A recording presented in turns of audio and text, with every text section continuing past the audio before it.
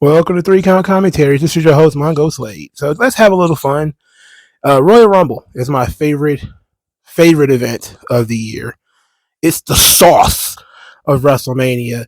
And as everybody who likes spaghetti or any other saucy dish knows, if you screw up the sauce, you've screwed up the dish. So Royal Rumble needs to be done correctly. Now, in 2024, the Royal Rumble is going to be a very interesting show. It's going to be Triple H's first with complete control without having Vince with some level of oversight. So he's going to get to pick who wins the Royal Rumble, and he's going to get to pick the main event of WrestleMania. In this video, we're going to discuss all the possible options, the good and the bad of them, and this is for both the men's and the women's. So let's start with the women. 30 women over the top rope. Hard to do, always, because WWE rarely has 30 women that are worth a damn on the roster at the same time. But it's even worse because the women's roster is shorter, and therefore a good champion usually has beaten most of her contenders by the time the Royal Rumble shows up. So when you go into the Royal Rumble, there's two storylines. There's Damage Control, then there's the invincible, unbeatable Rhea Ripley. So which story do you think is best to main event WrestleMania? Well, or be the main attraction for WrestleMania, because it's certainly not going to be the main event. So let's say the main attraction is going to be the invincible, unbeatable Rhea Ripley. It's hard to book against Rhea Ripley because she's beaten most of the roster already. The few people she hasn't beaten already are people who are recurring main eventers, like Bianca Belair and Becky Lynch. So let's start with those two as two possible winners of the Royal Rumble who could go on to wrestle Rhea Ripley. Now, Bianca Belair, it will be number one in my book because I love me some Bianca Belair.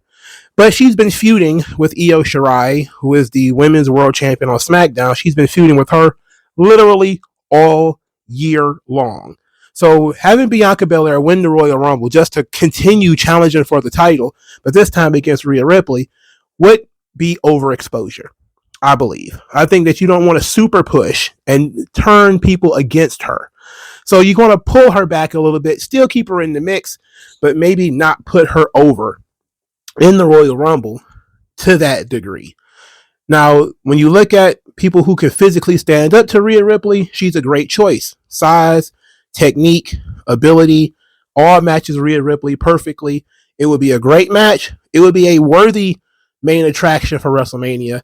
The problem is Bianca has been feuding with champions literally for like 2 years. So maybe it's not the best move to have Bianca wrestle Rhea Ripley. The second option is Becky Lynch.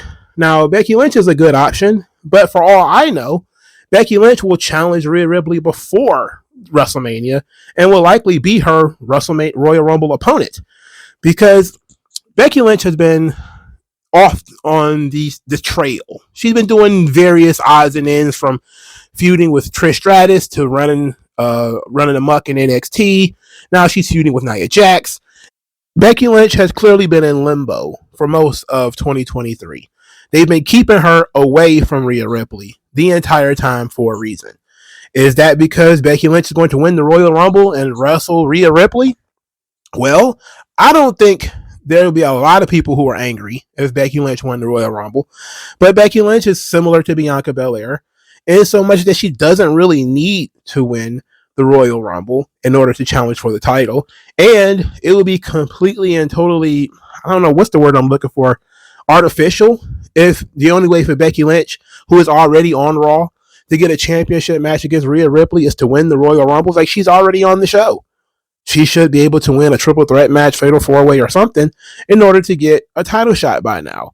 So since she is one of the only sort of average sized women that Rhea Ripley hasn't beaten thoroughly yet, and she has a tremendous amount of credibility, Becky Lynch would be a great main event opponent for Rhea Ripley at WrestleMania. The only problem is, how do you stretch this thing there? How do we get Becky Lynch from January to April without having a really, really long feud with Rhea Ripley? So that would be my options. Those would be my main two. Of course, the third option would be Jade Cargill. Now, Jade Cargill got the size, she's got charisma, but unless you book Jade Cargill like she's 1984 Hulk Hogan, nobody is going to believe that Jade Cargill can beat Rhea Ripley. And also, if you put Jade Cargill over in the Royal Rumble, you put the rocket on her back the way that some people think that you should, you're doing a lot of exposure to Jade Cargill. In fact, you're going to go from her not really being an integral part of the show to her being the main attraction of the show as the main babyface of the show literally overnight. That's a little much to ask for. I think you need to know what you're going to get from Jade Cargill first, and so you need to give her some time. I have no problem with you making Jade Cargill the world champion, just not sure if WrestleMania is the right time. Yes, you got between January and April to figure it out, but once she wins the Royal Rumble, she's on the track to winning the title. You don't then start trying to figure out whether we're going to get her over or not. And you don't want to turn Jade Cargill into another Alberto Del Rio kind of situation where we're going to put her over in the Royal Rumble and then hope that she gets over afterwards. That doesn't seem to make sense. You've already invested a lot of time, money, and energy into this girl. Save it. There's always Royal Rumbles next year. There's Money in the Banks later this year. You have the opportunity. There's no need to rush it. So I would not go with Jade Cargill, but Jade Cargill is, of course, an option. So you also talk about somebody who can match up with Rhea Ripley in terms of size. Raquel Rodriguez is also an option, and so is Nia Jax. Now, the problem you wouldn't go with Raquel is Raquel has been beaten thoroughly by Rhea Ripley over and over and over again. So you're threatening to turn her into basically the girl Drew McIntyre. There's no point in that. Just scratch Raquel Rodriguez off the list. The only other option you got in terms of size and strength is the Nia-saurus, Nia Jax. Nia Jax sucks. Everybody hates her with the heat of 1,000 suns. If you want Rhea Ripley to be the big domineering heel that she has been, then Nia Jax cannot be the opponent because Nia Jax is going to be more of a heel than Rhea Ripley. Also, the match quality will be absolutely in the toilet. You will be doing that match simply for the visual of Rhea Ripley doing the riptide or body slamming or whatever Nia Jax. That would be the only reason you would do the match. And to some degree, it's worth it. But again, Rhea Ripley is not a babyface. Rhea Ripley is a heel. If Rhea Ripley was a babyface and we was talking about her wrestling Nia Jax at WrestleMania, I still wouldn't think it would be the great idea, but it would make more sense because then you would have more people with the most eyeballs looking at Rhea Ripley do something crazy to Nia Jax, like power slamming her or power bombing her or something like that. Otherwise, we don't need the Nia-saurus at all. Now, everybody else in terms of the women's division don't really match up to Rhea Ripley in terms of size and strength, and you're going to have a difficult time getting people to believe that they can win. So everybody outside of the people that I mentioned are smaller than Rhea Ripley. So of the small women, who has the best chance? And I think at that point, you're talking about bringing back Sasha Banks. So Sasha Banks, I think if you bring her in here, if you coax Mercedes into returning to WWE and getting her to put the Sasha Banks suit on again, she instantaneously becomes a threat to Rhea Ripley because even though she's much smaller than Rhea, she's a big enough star and she's got enough charisma that she can make it work. And people will be interested in the match quality. So you have that going for you. So if you can get Sasha Banks, go with Sasha Banks. That's also going to be something I'm going to say when it comes to Io Shirai. We'll talk about that when we get there. The next option you got is Liv Morgan. If Liv Morgan can wrestle, we don't know, she's still injured. Do you put her in the match with Rhea Ripley? Size difference, people do not believe that Liv Morgan can beat Rhea Ripley. She also isn't technically proficient enough for people to believe that she could, schoolgirl or, small package Rhea Ripley to death or, wrestle her in terms of, arm bars and, submission holds and stuff like that. Nobody believes that. Liv Morgan isn't good enough for that to work. She does have a fan base. She does have enough star power, and she does have the history with Rhea Ripley that you might be able to get that, at least bring that to the conversation. But I think that if trying to book Liv Morgan versus Rhea Ripley at WrestleMania, you're doing both of them a disservice, if we're being honest. So I think the best option you got is probably Becky Lynch when it comes to Rhea Ripley at WrestleMania So Becky Lynch would be my Raw option to win the Royal Rumble. I think the SmackDown option is clearly Bianca Belair, but I don't think it would be smart to go with Bianca Belair. So now the other option you got is Damage Control. You got SmackDown. So Damage Control, you got Io Shirai. Io Shirai, much smaller than Rhea Ripley. So you got a more beatable, more believable champion. Now the story with Damage Control has been mostly internal stuff. Io feuding with Bayley and whether Bayley's going to get booted from Damage Control.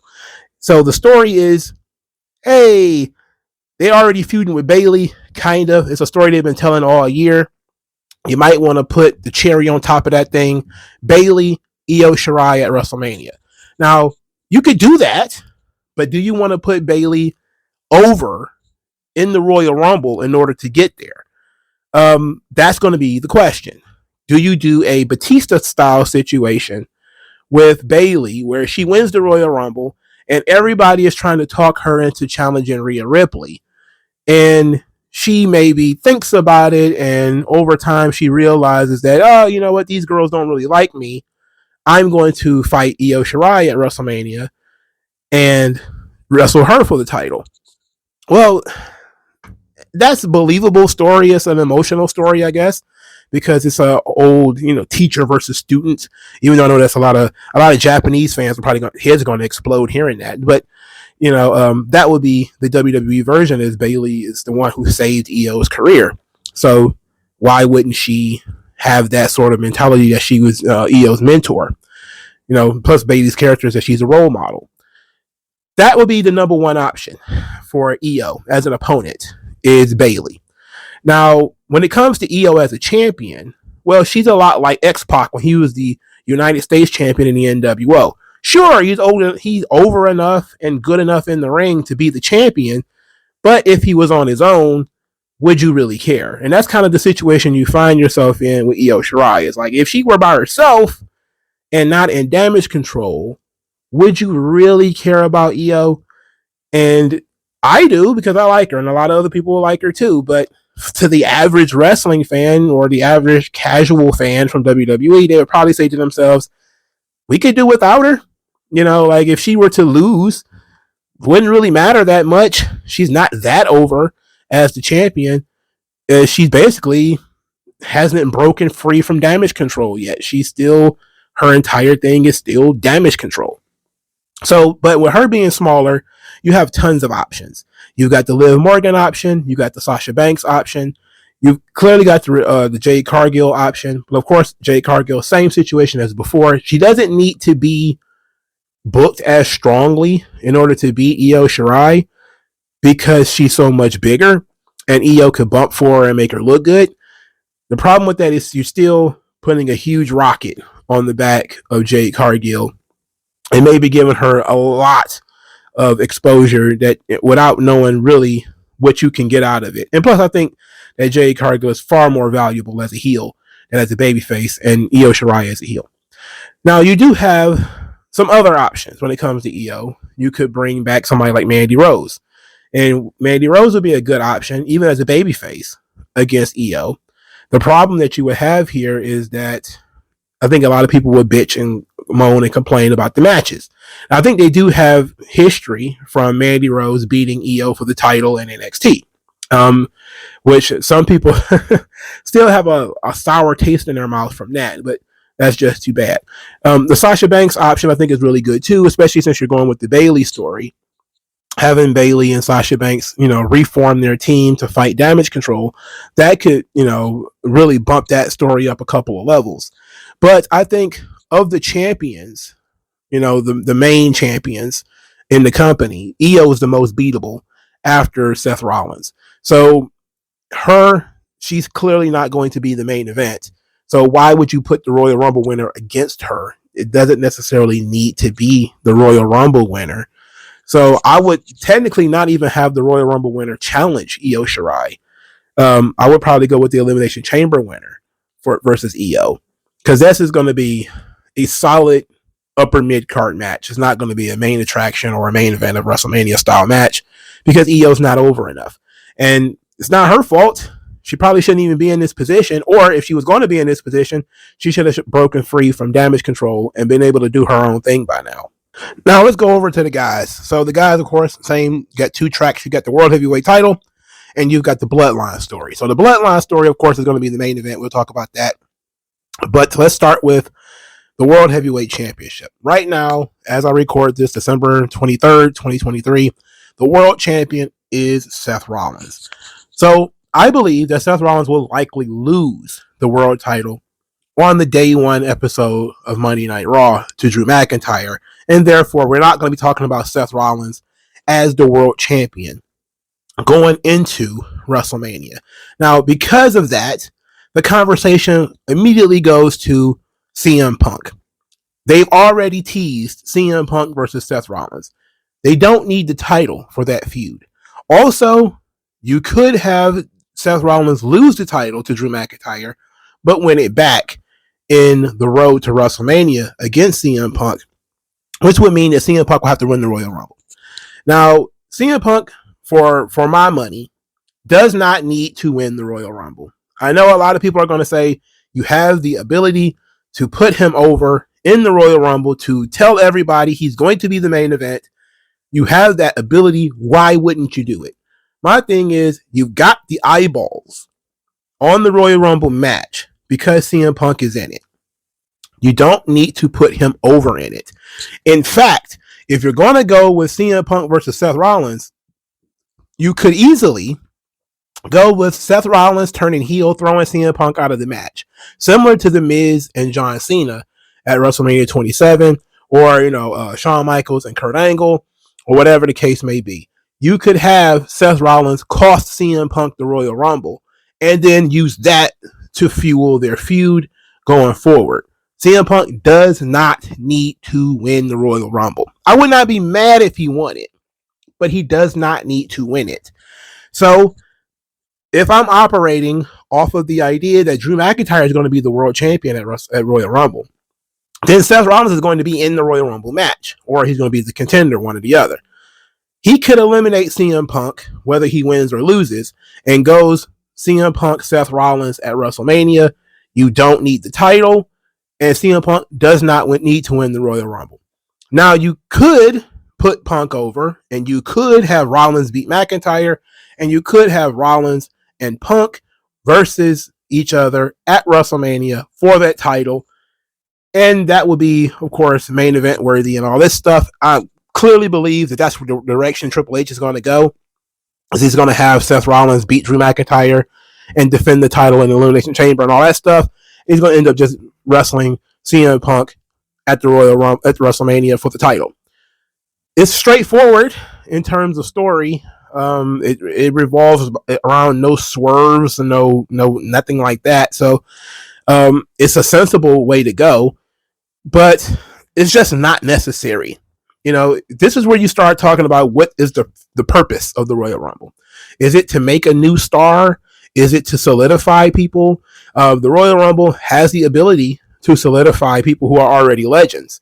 CM Punk is one of those guys where, whether I like him or not, he's considered a legend by a lot of people. Therefore, him winning the Royal Rumble would be similar to Edge winning the Royal Rumble when he won it in 2021 or something, or when Batista won the Royal Rumble in 2014. It could be something to that effect, where, yay, we got this great comeback, and it could continue the comeback story and all this kind of stuff. That could be great. I wouldn't be mad at that. In fact, it makes a lot of sense to do that. It's just not something I would do. I would get the heat by having Seth Rollins throw CM Punk out of the Royal Rumble, whether Seth Rollins is in the match or not, and get the heat because you've already got the eyeballs. Get the heat. Tell everybody this is the match we're going with. We're going with Punk and Rollins. They don't need the title, and CM Punk doesn't need to win the Rumble. Then you could use the Rumble to put somebody else over. So now, since we're talking about the World Heavyweight Championship, we're not talking about the Bloodline story. You can have LA Knight win the Royal Rumble. You can have LA Knight versus Drew McIntyre or Damian Priest or whoever wrestle for the world title, and that would be a perfectly fine attraction for WrestleMania.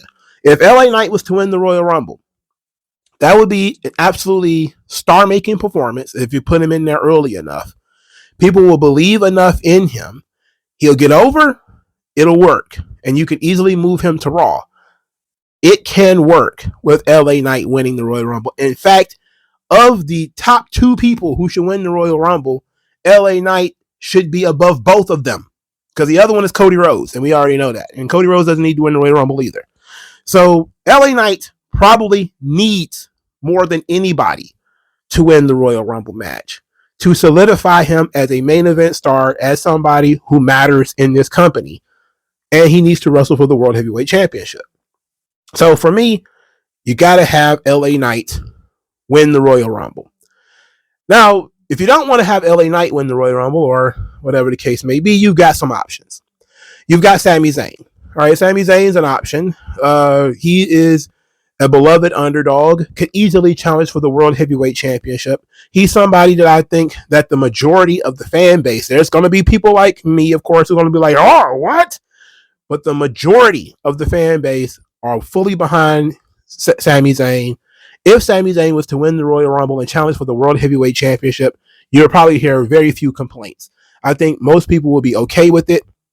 And you could also build, again, a Daniel Bryan, CM Punk type story, this time with Sami Zayn, who is a guy who has a tremendous amount of sympathy with the audience, and somebody who they're just waiting to see him break through and be a top guy. I could see that being something that is enticing. I could see that being a big, juicy steak in terms of storyline purpose for WrestleMania. It does not matter who the champion is if the challenger is Sami Zayn. It works tremendously if it's Roman Reigns, right? Because, Sami Zayn has history with the bloodline.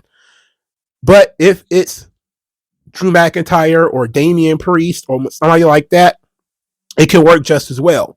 It's not going to be as over if it was Roman, but it could be just as good because Sami Zayn is a guy that everybody is looking forward to being a top guy. So Sami Zayn works. Jey Uso is another one. Some people will say he's not a world championship level performer, and I would agree with that. I've criticized his moveset, but he's super over.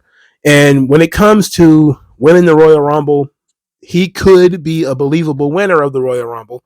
Of course, that it would entice you to continue the bloodline story where it could be Jey versus Roman again. And I think people are burnt out. I think SummerSlam killed that match. You can't do Jey versus Roman again because people are burned out on it, especially me. I was in there in person at SummerSlam. I don't ever need to see those 2 guys wrestle again. And I was excited for that match. I don't ever want to see Jey Uso wrestle Roman again. Besides, I think a lot of people are thinking Jey versus Jimmy. They're probably going to do a story where Jimmy eliminates Jey from the Rumble, screws him over, and now they're going to fight at WrestleMania. You could easily do that. You could easily also do Jey Uso versus Gunther for the Intercontinental Championship. That's a lot more believable in terms of positioning for Jey Uso. And I like that idea more than Jey Uso winning the Royal Rumble. But since we talked about Gunther, we could go there too. Gunther is a believable contender to win the Royal Rumble. He's the Intercontinental Champion right now, longest running of all time. He technically doesn't need to win the Royal Rumble because he's already have a super push attached to him. And you're really kind of worried about how you're going to get that title off of him. And again, you've got plenty of contenders there who he could drop the belt to, most notably is Jey Uso. But you got to say that Gunther is an option. In terms of the World Heavyweight Championship, he is clearly an option. Even if you're not going to go with that, it's clearly an option. Big E is also an option. And a lot of people are not talking about this, but Big E has not formally retired. He could make a huge return at the Royal Rumble, and if you do that and he won it, I don't think anybody will complain. A guy who comes back from a broken neck, wins the Royal Rumble match, going to challenge for the World Heavyweight Championship, that could be money. That could draw in and of itself. Unfortunately, I don't think anybody's interested in Big E versus Roman Reigns. I think they've done that match twice, I think. I'm not sure that works. And plus, I have no interest in New Day versus the Bloodline. I don't care about that at all. I couldn't care less about that. But you're talking about a guy who, somewhat successful as a main event act. Maybe you want to bring him back as a top baby face on Monday Night Raw to feud with a guy like Drew McIntyre or to feud with a guy like Damian Priest, who might be the world champion at the time. I think that you can actually get that to work. I think that's actually something that can make some money for the company. And since that's the goal here is always to make some money, that could be fine. Also, consider I'm working off of the idea that Seth Rollins is going to lose the belt. He's also a guy who you could theoretically have win the Royal Rumble, but I wouldn't even consider that because Seth Rollins doesn't need to win the Royal Rumble. And considering Triple H's booking seems to be very straightforward, him winning the Rumble will require him losing the title, which he might not even do. So the only other options you got from there are the bloodline options. So bloodline option number one with the bullet, Cody Rhodes. Cody Rhodes versus Roman Reigns 2 at WrestleMania, which most people look at as a slam dunk. This is absolutely going to happen. Cody does not need to win the Rumble in order to get that match to happen. Well, why take the push away from somebody else who probably does need it? Is Cody a big enough babyface that he could go back to back, like Stone Cold Steve Austin, like Hulk Hogan, like Shawn Michaels, or he can go back to back at Royal Rumble? Honestly, yes. As much as people want to disbelieve that Cody Rhodes is somebody, he is super over and sells tons of merchandise. He could absolutely, believably win the Royal Rumble 2 years in a row, and people would not complain. I wouldn't do it, but if it were to happen, I don't think you would get a lot of complaints. And having Cody versus Roman again, I think most people have already set it in their brain that it's going to happen. So I think because of that, you don't need to have Cody win it again. Because why throw away the men's Royal Rumble on a match that everybody already knows is going to happen when you could believably go another route to get Cody versus Roman? Of course, it will require Cody somehow getting on SmackDown, but that shouldn't be too difficult with Nick Aldis or any other situation. You could have the Elimination Chamber or something like that where Cody could win it and challenge Roman Reigns for the title. So Cody is number one, and you don't really need to win the Royal Rumble to do that. If you're not going to do Cody versus Roman, what are you going to do with Cody? That's my question. There literally is no plan B. That's the way it's looking with this thing is there's no plan B for Cody. Either it's Roman or bust. Either it's Roman or it's mid-card stuff.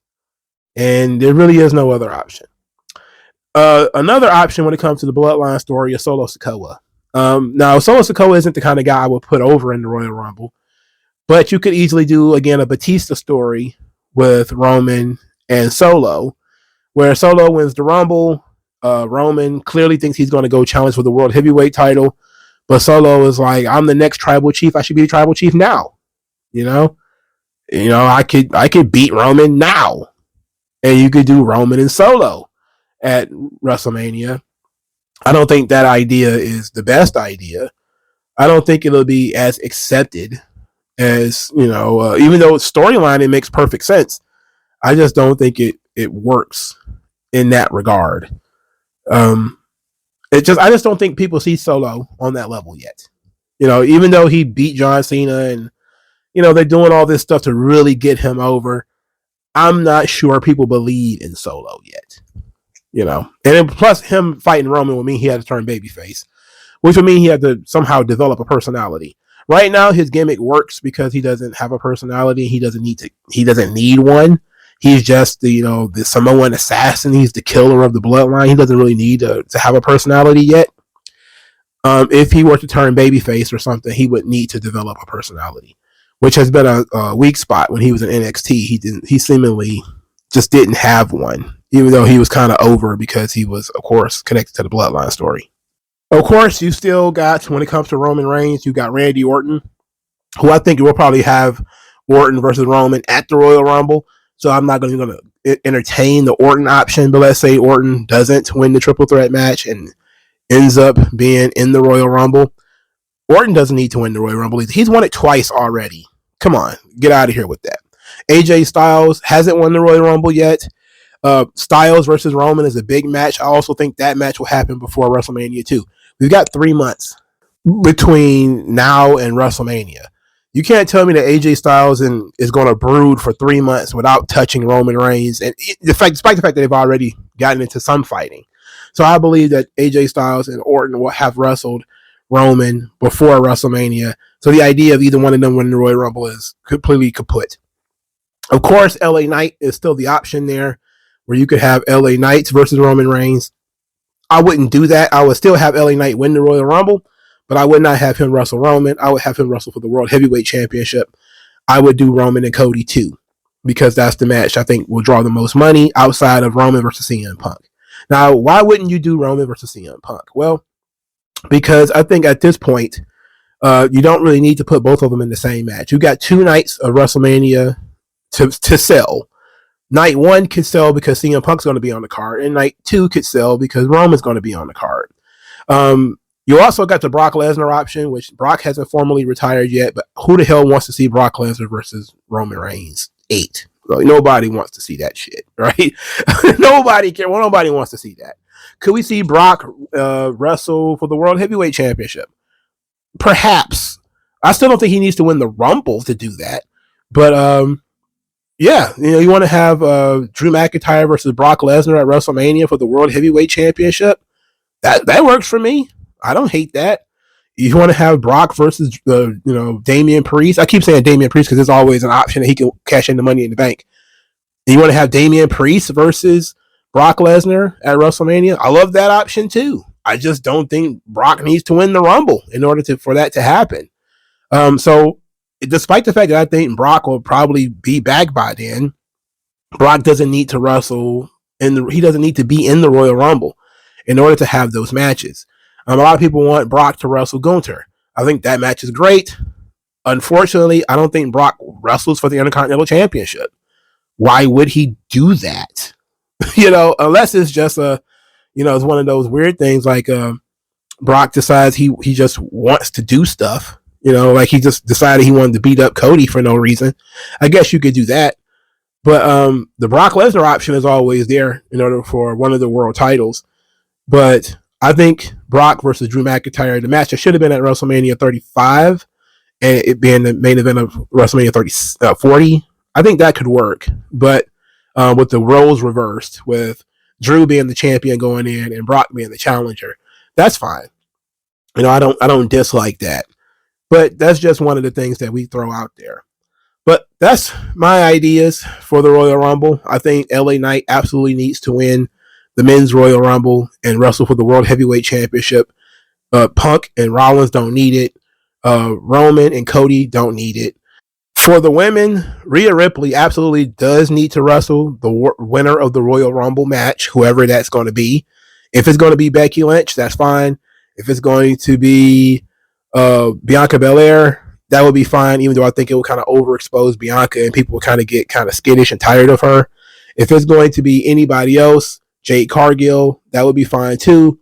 The problem is going to be similarly, what are you going to get out of Jade Cargill? Is the match going to be worth a damn? Is she going to be able to draw worth a damn?